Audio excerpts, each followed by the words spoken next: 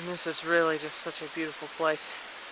That's where we're going. So this is Monica's shoe, and this is the giant centipede thing that she wants to carry around in her pocket, right? No way! What was your reaction to that? I think you know what my reaction was. So, our route is now a big pile of rocks, kind of covered over with these beautiful yellow flowers, but underneath there are these deep little,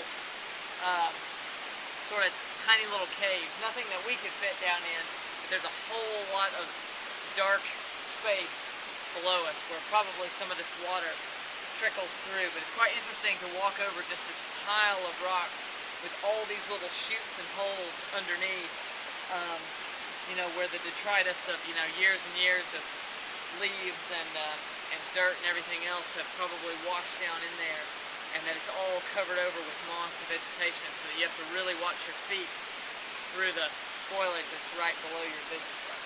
We are going to keep progressing up following this stream until it terminates.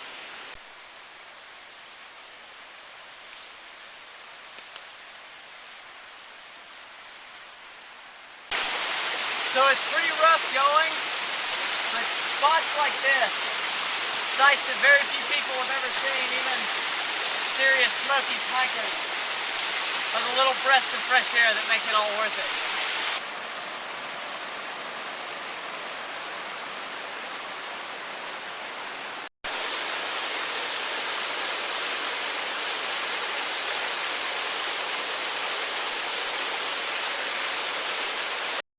So I don't know if we're at Woolly Tops yet, but we're heading directly in the direction of it, and we have run into a giant cliff of rock.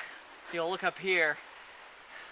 I don't know if this is Woolly Tops or not. We just arrived at it. We're going to have to skirt around the edges and see if we can find out exactly where we're at. We may just be at another random big wall of rock, or this could be it. So, time to investigate.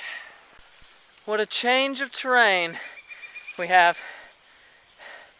Nice and clear, rocky spine of this ridge, and up we go, advancing up the contour lines. Well, we're gaining altitude. The hour is late, and we are trudging through rhododendron. And there's a part of this where there's just nothing for it but to go straight up and push your way through. And here comes Monica, climbing cat-like up the moist earth. How you feel so far? Great. Alright, so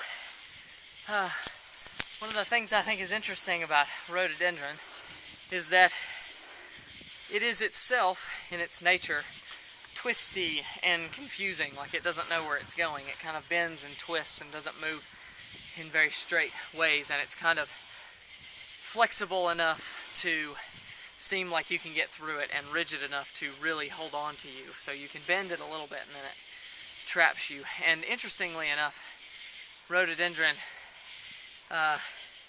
if in large quantities, as say produced into honey by bees, will actually cause you to hallucinate. So even its essential essence is one of great confusion, and so it certainly had that effect on us. It led us all twisting around, and we eventually just had to push straight through it. But we sort of had a flies and spiders, the Hobbit kind of Mirkwood experience down there. But now we are up high on this ridge, with a big ridge to our left, big ridge to our right, and we're about as high as they are. Woolly Tops, according to GPS, is dead ahead, and I know you can't really see this, but now we have hit rock wall covered in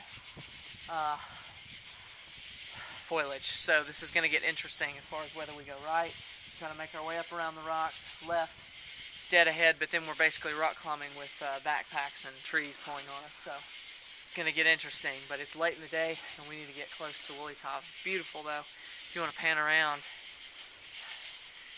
It's gorgeous.